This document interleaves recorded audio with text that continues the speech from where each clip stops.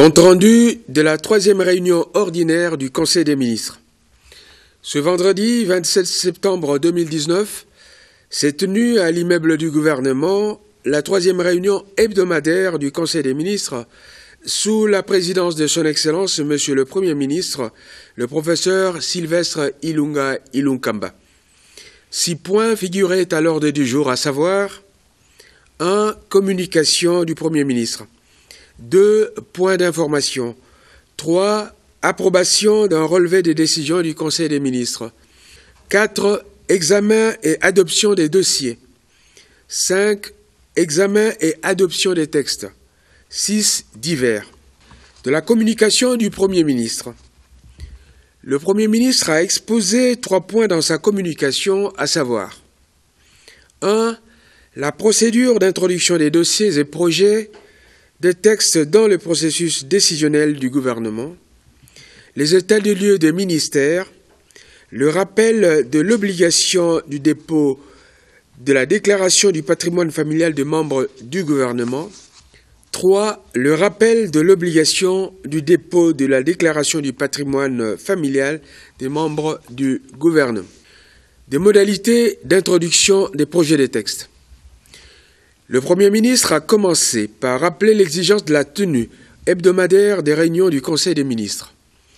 Il a insisté sur la maîtrise par les membres du gouvernement de la procédure de la saisine des instances gouvernementales et des commissions interministérielles permanentes.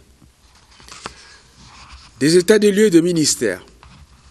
Le Premier ministre a rappelé l'importance des états des lieux de ministères en précisant qu'il s'agit des dossiers prioritaires qui constituent des actions importantes à mener dans le cadre de l'application du programme gouvernemental sur lequel le gouvernement a été investi.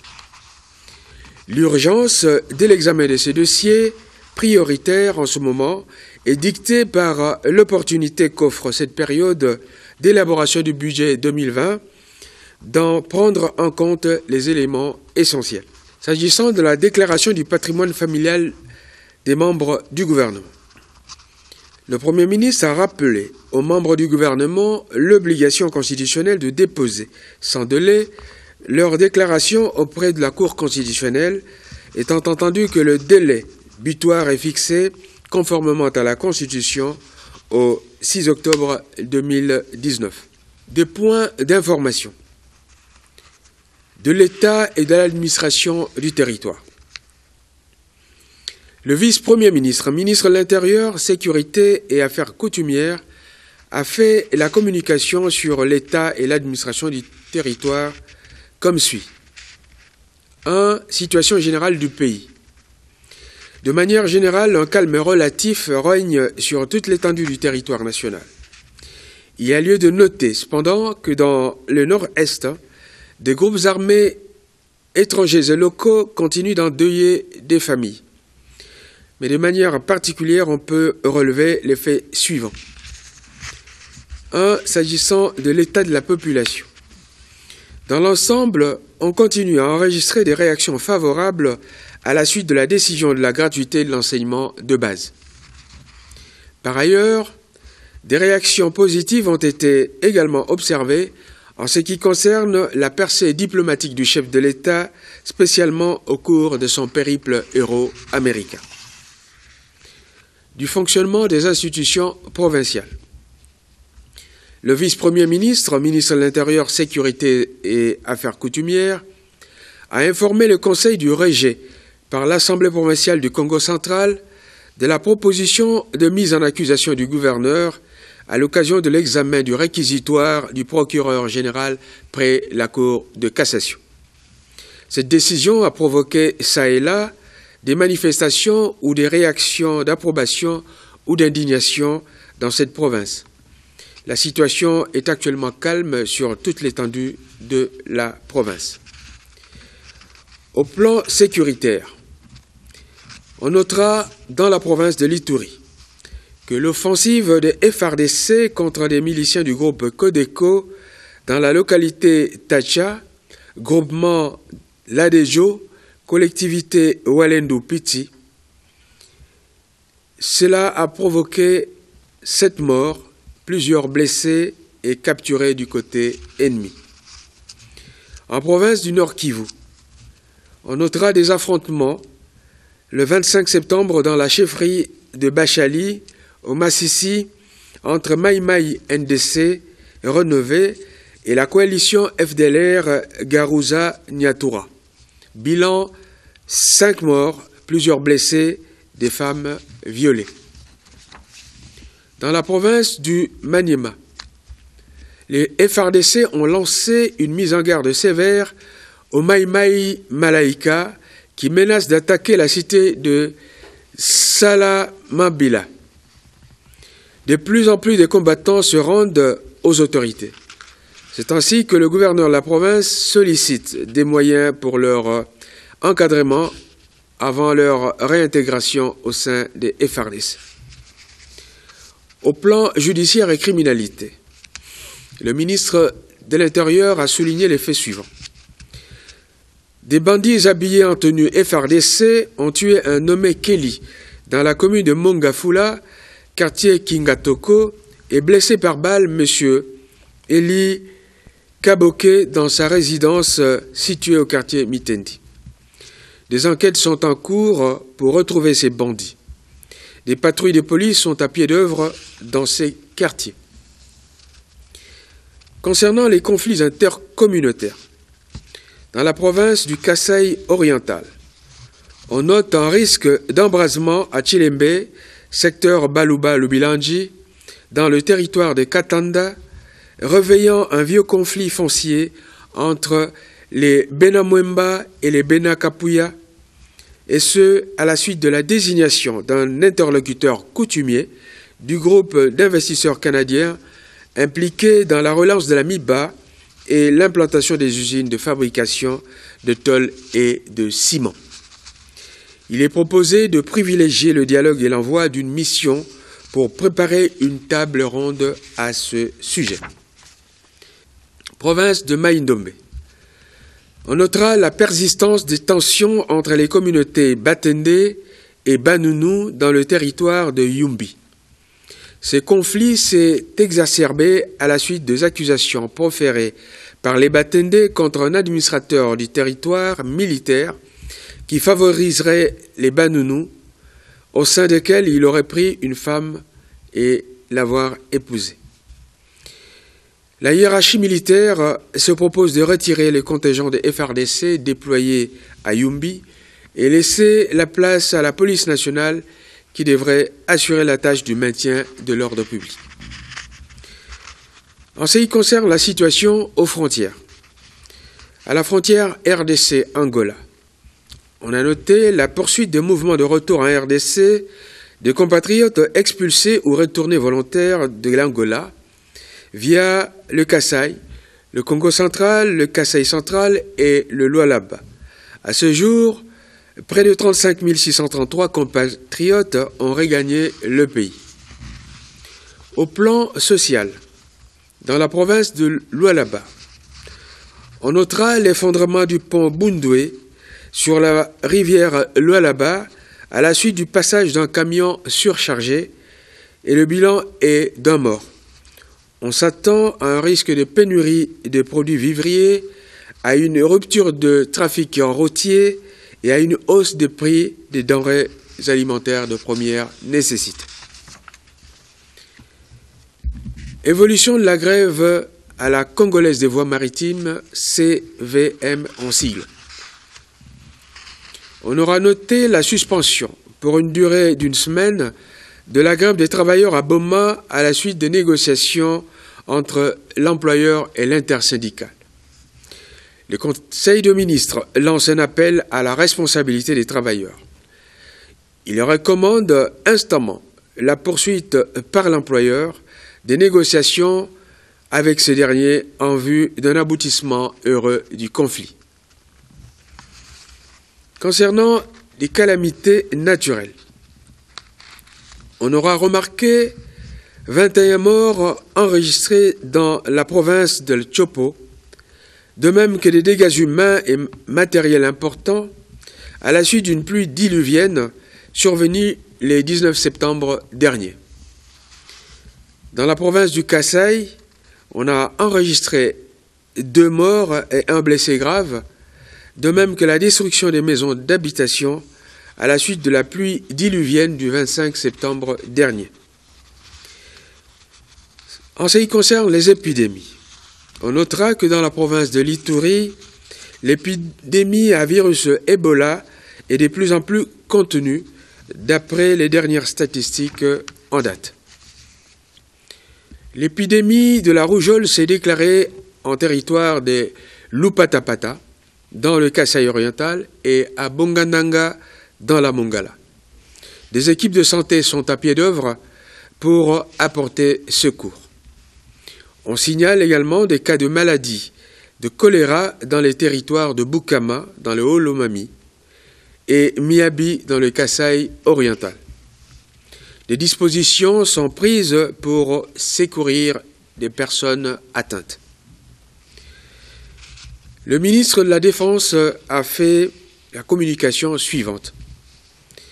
S'agissant de la situation particulière dans les zones de défense, le ministre de la Défense nationale a attiré l'attention du gouvernement sur la persistance des tensions intercommunautaires dans le secteur de Minembwe au sud Kivu. À Beni, on notera que les grandes zones d'influence des ADF MTM sont sous contrôle dans le triangle de la mort compris entre Eringeti, Mbao et Kamango. Des redditions en cascade sont constatées dans les chefs de Maïmaï, dans les territoires de Lubero, à la suite de la traque menée par les FRDC. La prise en charge des concernés exigera beaucoup de moyens. À Djougou, dans l'Ituri, la détermination des forces armées à traquer la bande à Ngujolo a eu pour effet le retour de la confiance de la population à l'égard des forces armées, concrétisé entre autres par le retour des déplacés de guerre qui se trouvaient en Ouganda. Le ministre de la Défense recommande d'impliquer les notables du coin et les leaders d'opinion dans la démarche d'apaisement. S'agissant du vice-premier ministre, ministre du Budget, le vice-premier ministre, ministre du Budget, a informé les membres du gouvernement que la préparation du budget 2020 se déroulait normalement. Après discussion entre les experts du gouvernement et ceux du Fonds monétaire international, le taux de croissance a été arrêté à 5,4% avec possibilité d'amélioration en prenant en compte des éléments supplémentaires dans l'évolution de la situation d'exploitation minière. Sur la base des indicateurs macroéconomiques retenus, l'objectif du gouvernement pour des recettes de l'équivalent de 7 milliards de dollars américains pour l'exercice 2020 est retenu. Aussi, le projet de budget 2020 est arrêté en équilibre en recettes et en dépenses à hauteur de 11 854 milliards de francs congolais, comparé au budget de l'exercice 2019, chiffré à 10 352 milliards de francs congolais. Il se dégage donc un taux d'accroissement de 14,5%. Des mesures idoines sont envisagées dans toutes les administrations financières pour la mobilisation accrue des recettes leur assignées. Le gouvernement a pris toutes les dispositions pour que le dépôt du projet de loi des finances soit effectué au Parlement dans le délai. Approbation d'un relevé des décisions du Conseil des ministres. S'agissant de l'examen des points relatifs à l'état des lieux de ministère, le Conseil a décidé de renvoyer cette matière à sa prochaine réunion, et ce, en attendant la reproduction et la distribution des dus États à tous les membres du gouvernement. Examen et approbation des dossiers. Dossier relatif à la police judiciaire des parquets. Le vice-premier ministre, ministre de la Justice et garde des Sceaux, a saisi le Conseil des ministres des difficultés relatives au rattachement de la police judiciaire des parquets à la police nationale congolaise, et ce, au regard des dispositions légales contradictoires. Il a sollicité et obtenu du Conseil des ministres le renvoi à une commission ad hoc de cette problématique avant sa discussion. Situation à la Congolaise des voies maritimes CVM. Le ministre d'État, ministre des Hydrocarbures, ainsi que le ministre des Transports et Voies des Communications ont exposé tour à tour sur la problématique de la grève des travailleurs de la Congolaise des voies maritimes, dont l'issue a été abordée auparavant au plan social de points d'information. S'agissant des ministères sectoriels, l'examen de ce point a été renvoyé à la prochaine réunion du Conseil des ministres. 5. Examen et adoption des textes. Le Conseil des ministres a examiné les projets d'ordonnance ci-après. 1. Projet d'ordonnance portant approbation de l'accord de don numéro D4390-ZR conclu entre la République démocratique du Congo et l'Association internationale de développement au titre de projet multisectoriel de nutrition et de santé pour un montant de 250 millions de dollars américains. 2. Projet d'ordonnance portant approbation de l'accord de don numéro TFA 9954 conclu entre la République démocratique du Congo et l'Association internationale de développement au titre de projet multisectoriel de nutrition et de santé pour un montant de 10 millions de dollars américains. 3. Projet d'ordonnance portant approbation de l'accord de don numéro TFA 9933 conclu entre la République démocratique du Congo et l'Association internationale de développement au titre de projet de gestion améliorée de paysages forestiers pour un montant de 6 210 046 dollars américains. Le Conseil des ministres a également examiné les textes de projet de loi de ratification ci-après. Projet de loi autorisant la ratification de l'accord de financement du crédit numéro 6287-ZR du 21 septembre 2018, conclu entre la République démocratique du Congo et l'Association internationale de développement au titre de projet d'appui au développement des micro, petites et moyennes entreprises pour un montant de 100 millions de dollars américains. Projet de loi autorisant la ratification de l'accord de financement du crédit numéro 6441-ZR du 20 juin 2019, conclu entre la République démocratique du Congo et l'Association internationale de développement au titre de projet multisectoriel de nutrition et de santé pour un montant de 250 millions de dollars américains.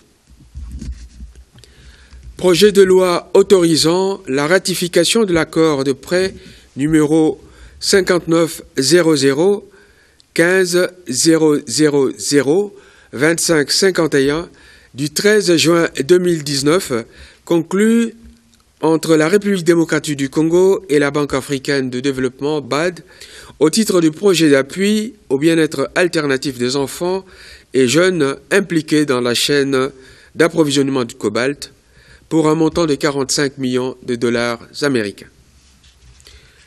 Projet de loi autorisant la ratification de l'accord de prêt conclu le 13 juin 2019 entre la République démocratique du Congo et la Banque africaine de développement BAD au titre de projet d'appui au développement des chaînes des valeurs agricoles dans les provinces de la RDC en sigle PADCA-6P, et ce pour un montant de 28 millions de dollars américains.